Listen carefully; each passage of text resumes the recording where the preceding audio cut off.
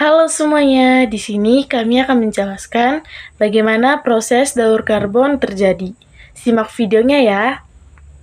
Diawali dengan penyerapan CO2 oleh tumbuhan yang dijadikan persenyawaan organik dengan melalui proses fotosintesis.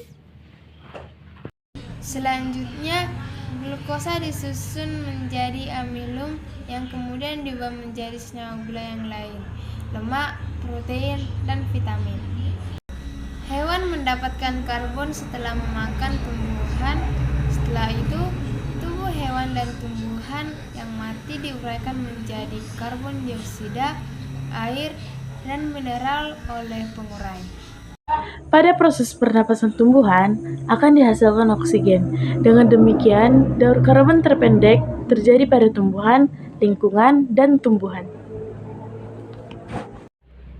Respirasi hewan dan emisi asap rumah tangga menghasilkan karbon dioksida yang dilepaskan ke atmosfer dan kemudian diserap oleh tumbuhan untuk proses fotosintesis.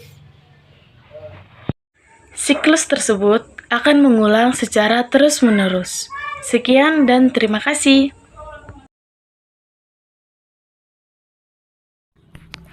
Daur fosfor. Daur fosfor adalah salah satu daur geokimia yang berlangsung paling lama dibandingkan dengan daur lainnya. Daur fosfor terdapat dalam dua bentuk, yaitu senyawa fosfat organik yang terdapat pada tumbuhan dan hewan, dan senyawa fosfat anorganik yang terdapat pada air dan tanah. Bagaimana proses daur fosfor? Berikut prosesnya. Proses daur fosfor. Proses daur fosfor diawali dengan fosfor memasuki tanah dan air melalui pelapukan batuan. Lalu tanaman mengambil ion fosfor ini dari tanah. Kemudian fosfat dipindahkan dari tanaman ke herbivora. Herbivora kemudian dimakan oleh karnivora.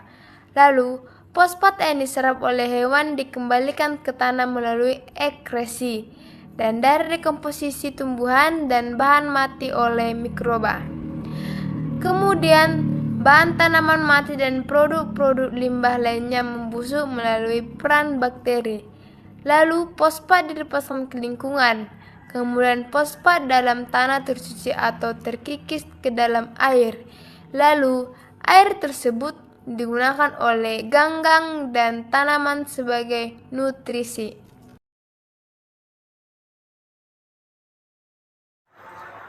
Siklus belerang seringkali dikenal dengan siklus sulfur, yaitu suatu rangkaian perpindahan suatu zat kimia yang memiliki kandungan unsur belerang atau sulfur yang berada di permukaan bumi. Dalam lingkungan atmosfer, unsur belerang ini berbentuk gas, yaitu SO2 yang berasal dari aktivitas serta pembakaran bahan bakar fosil. Selain itu, unsur belerang juga memiliki bentuk gas H2S yang dapat menyebabkan terjadinya suatu proses pembusukan pada bahan organik yang berada dalam air maupun tanah. Sulfur atau belerang selain memiliki manfaat untuk kepentingan manusia, juga bermanfaat untuk pertumbuhan tanaman dalam bentuk anion sulfat yang berada di dalam tanah.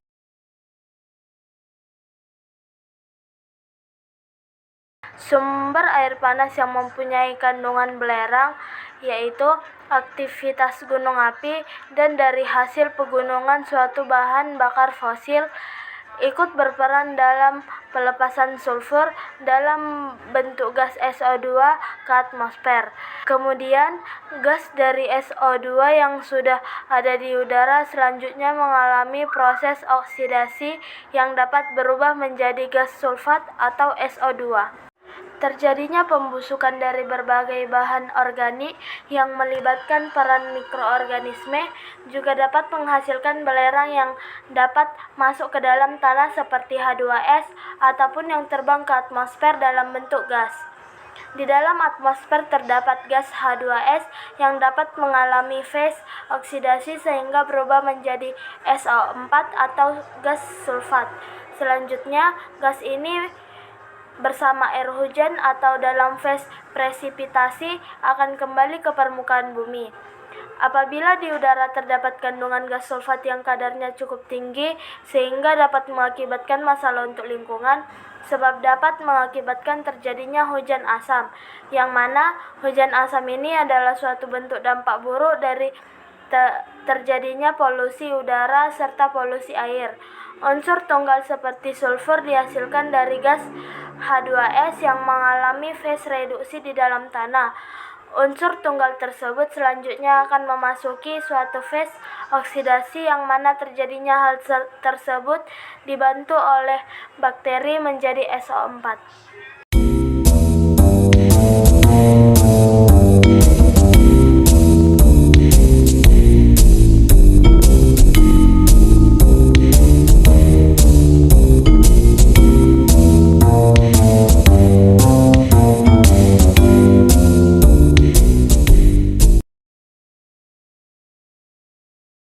Kali ini saya akan mencoba menjelaskan mengenai siklus atau daur nitrogen.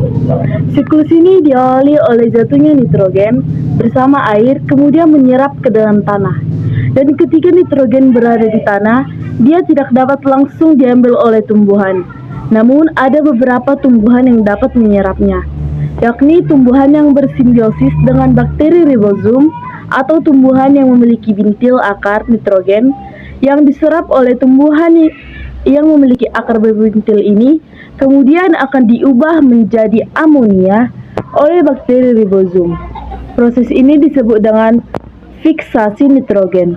Setelah proses fiksasi nitrogen yang telah menjadi amonium kemudian akan diubah oleh bakteri nitrosomonas menjadi nitrit dan kemudian akan diubah kembali menjadi nitrat. Kemudian tumbuhan ini akan menyerap untuk melakukan fotosintesis dengan proses yang disebut dengan asimilasi. Jika ada tumbuhan yang telah menyerap nitrat ini, kemudian mati atau beberapa hewan yang memakan tumbuhan tersebut mati, yang kemudian menjadi bangkai, maka bangkai tersebut akan diurai oleh dekomposer, baik fungi maupun bakteri. Hasil penguraian tersebut akan menjadi amonium. Nah, proses ini disebut dengan amonifikasi, sehingga akan kembali diubah menjadi nitrit dan nitrat. Melalui proses nitrifikasi, nitrat yang tersisa atau nitrat yang tidak diserap oleh tumbuhan untuk melakukan fotosintesis akan diubah menjadi nitrogen bebas oleh bakteri dinitrifikasi. Nitrogen bebas tersebut yang berada di atmosfer akan kembali melakukan siklusnya atau berdaur ulang secara terus-menerus.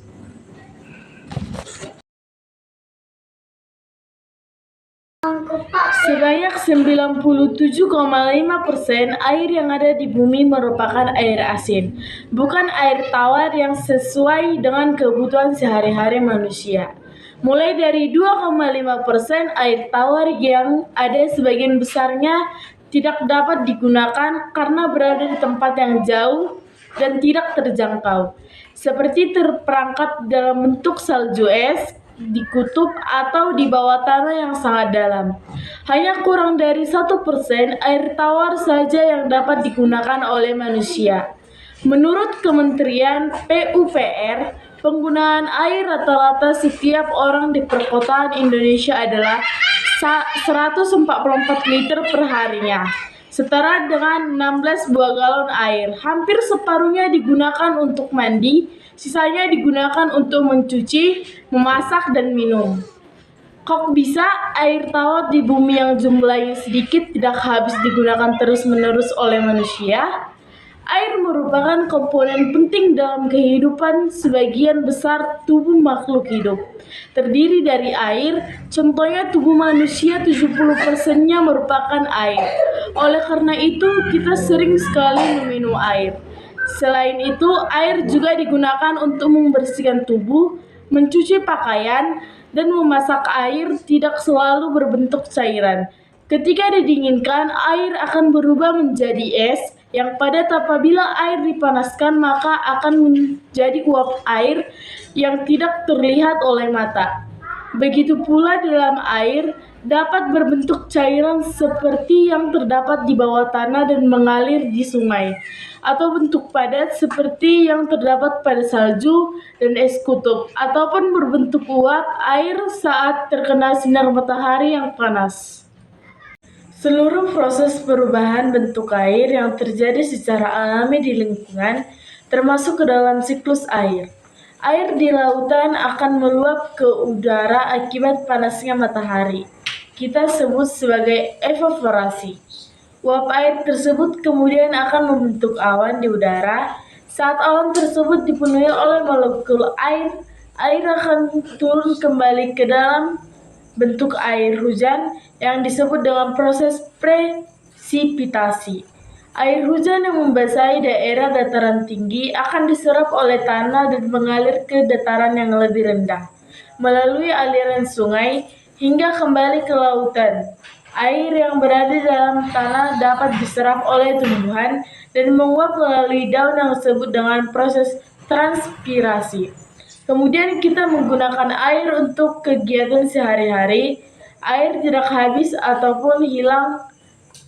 Air akan memasuki proses siklus air. Suatu saat akan kembali ke rumah kita sendiri. Sudah berapa kali ku bilang kalau videonya udah selesai. Lah udah selesai. Bye bye sepuh.